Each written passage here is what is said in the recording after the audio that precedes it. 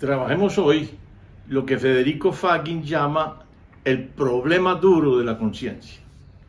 Para empezar, recordemos que Federico Fagin fue el primer productor del microprocesador comercial y que es un científico del área física, originario de Italia, pero nacionalizado en Estados Unidos. Hace unos más de 20 años ha estado trabajando sobre la conciencia. Y él dice, el problema de la conciencia básicamente es por qué existe lo subjetivo, por qué existe la conciencia. Y digamos, desde el punto de vista práctico, hay que entender es esto. Para él, el problema que parece irresoluble es el siguiente. En la actualidad, la neurociencia está en perfecta capacidad de mostrar cómo la retina es impactada por unos, digámoslo, fotones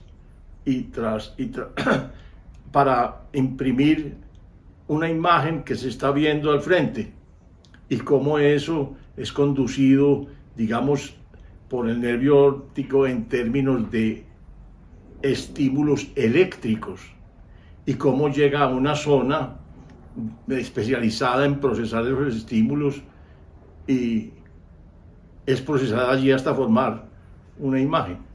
Pero lo que no está claro, y él dice que no hay ninguna aproximación, es a traducir un estímulo eléctrico en una percepción específica, por ejemplo, en el color rojo específico de una flor, en el olor específico de una rosa.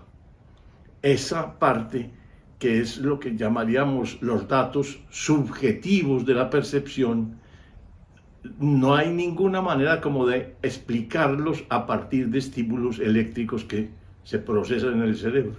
Entonces dice, el gran salto que hay entre lo que podemos describir objetivamente y lo que realmente percibimos, no hay manera, o no encontramos manera todavía de explicarlo o siquiera intuirlo. No hay manera, simplemente hay un salto grandísimo entre la estimulación eléctrica y la percepción de un dato cuálico, como se llaman las cualidades subjetivas en filosofía. Es muy importante entender ese problema porque a partir de ahí digamos que se desprenden los grandes debates sobre la conciencia y a partir de ahí es que se van diferenciando dos grandes posiciones generales sobre la conciencia. La visión materialista, que sostiene una parte muy importante de la ciencia occidental, que afirma que la conciencia es el resultado del procesamiento cerebral, o sea que es un resultado secundario o incluso muchas veces terciario y hasta muchas veces considerado por algunos casi que inútil para la discusión, como que no aportaría nada. Entonces, la posición materialista considera que la conciencia es simplemente un producto secundario de la actividad cerebral. Pero frente a eso hay posiciones también de científicos. Por ejemplo, Max Planck dice, no, para mí la conciencia es fundamental. Yo veo fácilmente es derivar la materia de la conciencia, no al revés. Veo fácil y consigo mejor derivar la materia de la conciencia. Entonces, también hay un enfoque de científicos demasiado importantes en Occidente que tienen una visión totalmente distinta. Entre esos dos enfoques, digamos, entre esos dos extremos, se mueven todas las demás contribuciones y todos los demás experimentos que se han hecho. Unos buscando un poquito la función de la conciencia, otros buscando si es o no causa de las cosas. porque la discusión entre esas dos fundamentalmente es la causalidad, qué tanto peso causal tiene la conciencia, porque para el enfoque materialista, nada, prácticamente, es simplemente un producto de la causa verdadera, que es la parte material del cerebro funcionando, procesando información y produciendo conciencia como un resultado secundario. Entonces, no tiene propiedades causales, propiamente dicho. Pero si la consideramos la conciencia como algo fundamental, que antes de lo cual se puede generar lo material, pues la parte causal es absoluta, es total. Entonces, he querido, como son esos dos extremos tan grandes, y no ha habido la posibilidad de hacer un consenso científico y elegir una u otra, porque no es posible, se siguen sosteniendo las dos, porque no hay manera de tender un puente entre ambas y lograr un consenso. Entonces he pensado que para nosotros, por lo menos los que estamos reflexionando sobre esto y siguiendo digamos, esos debates, tal vez convenga más estudiar la relación que encuentran y que muestran los experimentos sobre la relación entre conciencia y mundo físico. Es decir, qué relaciones hay entre uno y otro, que sean constatables, que sean reproducibles, que sean evaluables de alguna manera. Y me parece muy importante hacerlo porque mucha gente no reflexiona suficiente sobre ciertos fenómenos claves de la subjetividad. Y para mí tal vez el más determinante de esos aspectos fenomenológicos es el siguiente. Todo lo subjetivo es único, absolutamente único. Si yo huelo una flor, yo tengo la clara sensación y percepción de cómo huele esa flor, pero no puedo saber, ni tengo manera de establecer cómo la huele otra persona. No tengo ni la menor posibilidad de saberlo, porque no me puedo meter dentro de él a oler cómo huele él.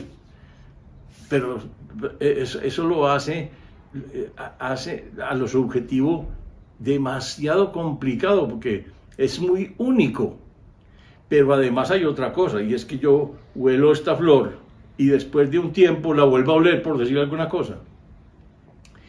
Y puede haber variaciones ahí, y muy seguramente las hay, muy sutiles aunque sea, pero las hay. Entonces las percepciones son muy únicas también. Entonces no solamente son únicas porque pertenecen a cada individuo, sino que son únicas porque no son susceptibles de volverse a repetir exactamente igual como ocurrieron en una ocasión inicial. No, son totalmente fugaces. Un abrazo, un te amo, por ejemplo, entre dos personas, es totalmente distinto de un momento a otro y tiene todos los sabores y todas las matices y todas las cosas totalmente únicas y desaparece en segundos o en tiempos muy breves. Entonces, eso le da a lo subjetivo un carácter de inaprehensible, de difícil de reproducir, de difícil de replicar, de difícil cumplir con requisito del método científico, que es la posibilidad de replicar y obtener el mismo resultado, ¿cierto? Porque por principio no se puede, es distinto. Entonces, por eso es tan duro ese problema, porque la ciencia casi que de entrada puede decir, eso no pertenece a mi campo, eso no es reproducible, eso no es replicable, no hay manera ni siquiera de traducirlo, porque aunque fuera la manera de traducirlo, pudiéramos decir que hay alguna manera de comparar, pero es que tampoco, porque cuando se traduzca a uno, sabemos que no es exactamente el mismo que se traduzca después, la misma sensación, sabemos de entrada que no es. Entonces es una característica que hace muy difícil realmente la aproximación científica al estudio de la conciencia. Casi que de entrada le pone un parapeto, mejor dicho, totalmente diferente, porque no es compatible lo que sucede fenomenológicamente en la conciencia con las exigencias del método científico que exigen reproductibilidad, reproducción sistemática que podamos constatar y verificar. Por eso es absolutamente importante el problema duro de la conciencia, porque si no, pues, si fuera fácil traducirlo, ya hubiéramos llegado a un consenso, pero es que ni siquiera se ve en el horizonte la posibilidad de llegar a él. Entonces, fácilmente, lo que podemos casi que decir con seguridad que va a ocurrir hacia el futuro es que esas dos posiciones se van a mantener todavía ahí. Mientras tanto, entonces, ¿qué es lo que propongo? Estudiemos las relaciones que son posibles de constatar entre la conciencia y lo físico. Y en eso sí hay historia, hay una historia muy amplia en el siglo XX, porque hubo mucha experimentación sistemática, organizada, para ver si, por ejemplo, la atención, mediante la atención y la intención focalizada, era posible, por ejemplo, que un ser humano alterara el funcionamiento de una máquina. Se hicieron y se diseñaron, como les he explicado en otros videos, máquinas generadoras de eventos aleatorios. Por ejemplo, los dos eventos aleatorios como pueden ser cara y sello en una moneda o más y menos en una serie de emisiones de esos signos. Y sabemos que es aleatorio porque básicamente la distribución final de todos los eventos generados es equivalente a 50% de más, 50% de menos, 50% de caras, 50% de sellos si estamos trabajando con las caras de anverso y reverso de una moneda. Pero entonces se le pone a los individuos, a los sujetos experimentales, la tarea de que incidan sobre esa generación y la vuelvan predecible. Por ejemplo, se le dice, insista en la idea de que la cámara, la máquina, genere más que menos, o genere menos que más. Y después contamos y verificamos si realmente se alteró el resultado final de 50 y 50. Aunque esos resultados son menores, digamos, son pequeños, son de todas maneras totalmente significativos desde el punto de vista estadístico. Y no está, digamos, no es privativo de algunas personas, no. Todas las personas que se someten al experimento logran controlar eso. Entonces uno dice, a ver, un momentico, ahí hay un efecto directamente causal. Si no se propone con toda la atención y la intención de modificar esa generación de eventos aleatorios, eso sigue generando eventos puramente aleatorios, sigue generando 50 y 50. Pero después se ha observado con mucho más cuidado qué pasa con eventos que agrupan mucha atención de muchas personas, que es una concentración, digamos, de atención y de intención por parte de muchas personas. Por ejemplo, se han estudiado qué pasa con esos generadores. Se ponen un montón de generadores en el mundo. A ver cómo se comportan cuando hay eventos colectivos demasiado importantes, por ejemplo en el Super Bowl americano. Entonces se nota que cuando llegan los principales partidos, que está toda la gente pendiente de la televisión de los partidos más decisivos, las cámaras REG que hay regadas por todo Estados Unidos, ahí mismo marcan una tendencia a salirse del 50-50 y generar mucha más tendencia predictiva, o sea, más máses o más menos. Y eso sí es mucho más contundente, mucho más significativo desde el punto de vista de la frecuencia con que salen más o más menos. Y además se ha podido constatar unos efectos demasiado importantes desde el punto de vista de la conciencia, y es que la conciencia parece anticipar los eventos. Hay experimentos que muestran que el ser humano puede anticipar la aparición de ciertos eventos con una digámoslo, desviación temporal muy breve, de milisegundos. Sabe anticipar qué va a pasar. Por ejemplo, en una serie de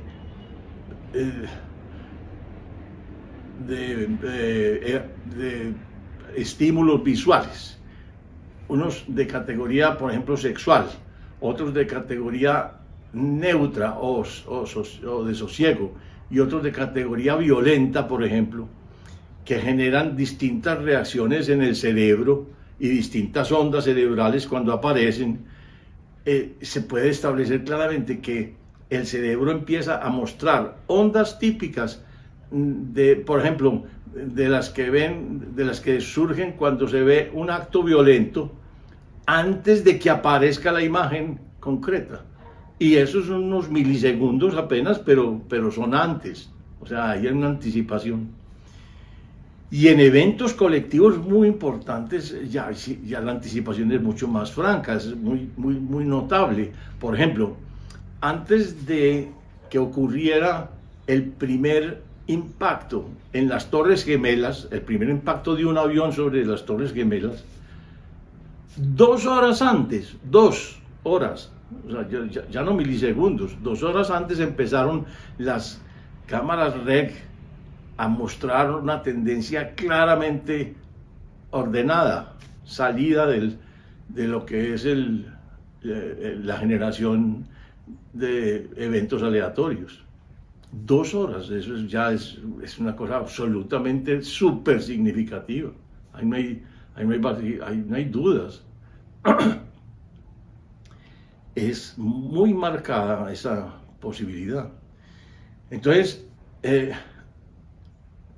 me llama la atención, es porque después, cuando estamos trabajando, cuando se empieza a trabajar la posibilidad de cambio personal, de que la gente elija un estado de ser superior al que tiene en este momento, una de las partes fundamentales para lograrlo es poder verse en la nueva situación con el nuevo nivel de ser para poderlo materializar, para poderlo, digámoslo, concretar.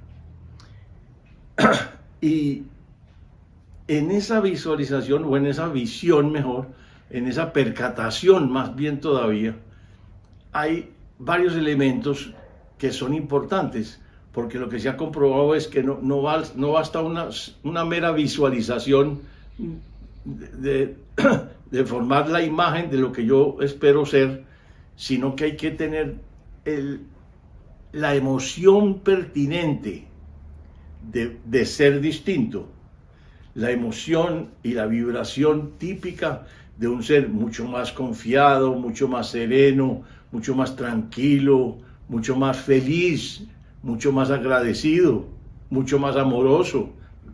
O sea, los sentimientos menos densos y difíciles de trabajar, que serían como los que serían, por ejemplo, el miedo, la desconfianza, la prevención, el resentimiento, en fin, todos esos sentimientos negativos hacen digámoslo, un espesamiento, una densificación del ser.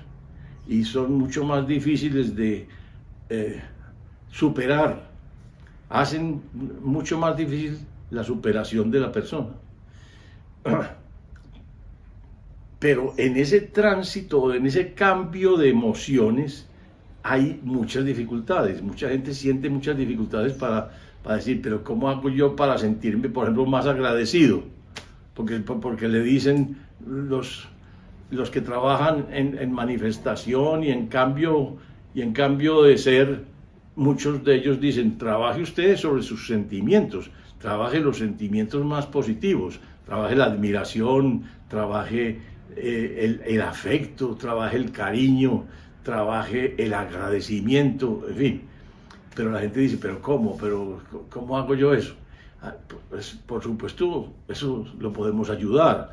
¿Por qué? Porque hay eventos que pueden despertar en uno esas emociones. Por ejemplo, si uno se detiene ante un bebé humano riendo, uno casi que inmediatamente, instintivamente siente ternura, amor, como voluntad de proteger ese bebé. Eso es casi que automático. Entonces uno podría hacer eso y decirle a la persona, deténgase ahí, estudie bien cómo es la emoción, cómo es esa emoción de ternura, cómo es esa emoción de necesidad de proteger ese bebé y cuidarlo. Es cierto, estúdiela, cómo la siente usted, dónde la siente, en su corazón, cómo se vuelve hay más calor en su pecho, hay una tendencia en sus brazos como a abrazar y a proteger y a cuidar.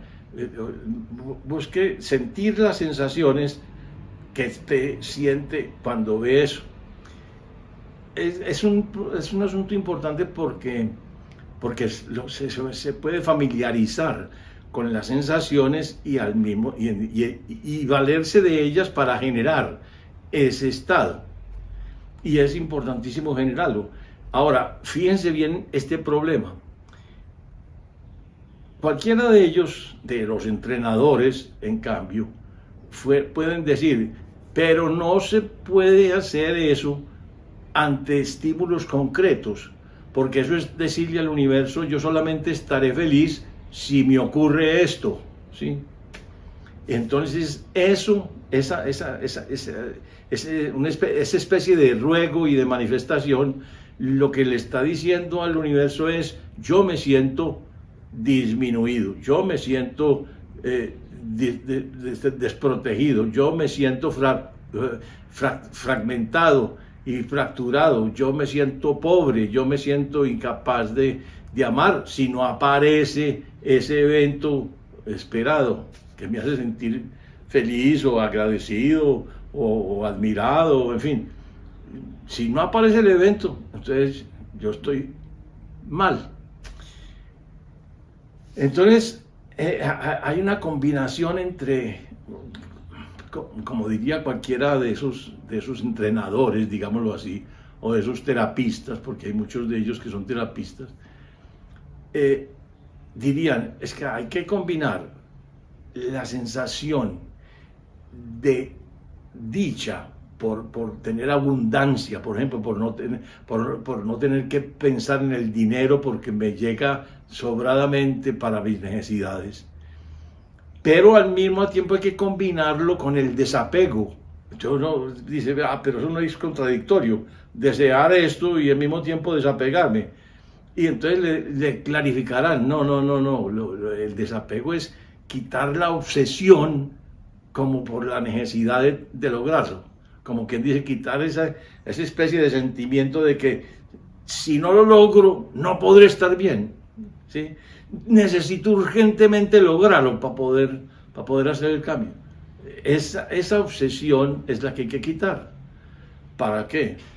Para poder pasar a la fase realmente donde el contacto con el universo, dicen ellos, sí se haga posible, que es, yo le digo al universo, yo agradezco la abundancia que se me da, agradezco la abundancia con que me trata el universo a mí, y el universo verá cómo y cuándo me materializa el beneficio. O sea, yo dejo es en manos del universo como esa decisión, esos cómo y esos cuándos. Y ese es el, digamos, el carácter de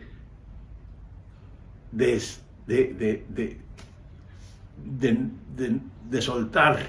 Esa es como la acción de soltar. Ser capaz de dejarle este mensaje al universo libre del cuándo y del cómo. Como quien dice, él es mucho más inteligente que yo. Él sabe mucho más por qué caminos puede llegarme la plata o el beneficio o el amor o lo que yo esté buscando, ¿sí? Entonces me ha parecido importante por lo menos recuperar un poquito la metodología. Es decir, a ver, ¿qué es, por ejemplo, lo que a mí me produce, por ejemplo, un profundo agradecimiento? ¿Qué eventos concretos? No para quedarme en los eventos, para no transmitir esa sensación de urgencia, es que necesito este evento, no, sino para detenerme en las características de la emoción, recuperar esas características, basarme en ellas para generar mi sentimiento correspondiente, mi sentimiento de agradecimiento general al universo por lo que me interese a mí lograr. Y ese es como el ejercicio más importante que me parece que puede sugerir este video, porque podemos ensayar y otra vez, como en los anteriores, a través de comentarios me pueden hacer llegar sus logros o dificultades y yo utilizaré esos comentarios para ver cómo seguimos, cómo les puedo seguir en lo posible ayudando a una individuación más clara. Con todo mi corazón los espero en el próximo video.